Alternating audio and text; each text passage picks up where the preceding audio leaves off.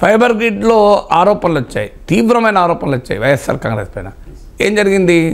దానికి చైర్మన్గా ఉన్న జీవిరెడ్డిని తీసేశారు. కానీ ఫైబర్ గ్రిడ్లో వైఎస్ఆర్ కాంగ్రెస్ వాళ్ళ పైన చర్య జరగలేదు, తెలుగుదేశం ఆయన పైన చర్య జరిగింది. ఎవరి మీద చర్య జరిగింది? జీవిరెడ్డి 3 ఏళ్ల పాటు నిరంతరం టీవీలో ఉండి టీడీపీని సమర్థిస్తూ జగన్ను విమర్శిస్తూ పార్టీకి సేవలు అందిస్తే ఆయన ఇవాళ ఎక్కడున్నాడు?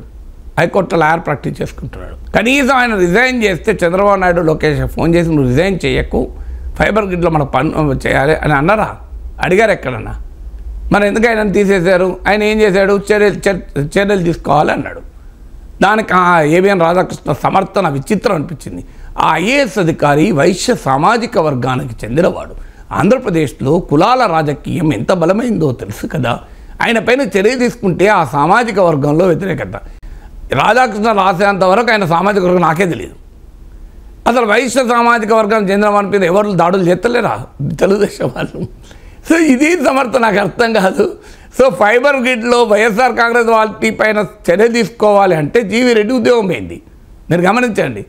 అంటే ఎంత బలమైన శక్తులు టీడీపీ ప్రభుత్వంలోనైనా వైసీపీ ఎట్లా పనిచేస్తే దీన్ని బట్టి అర్థమవుతుంది కదా.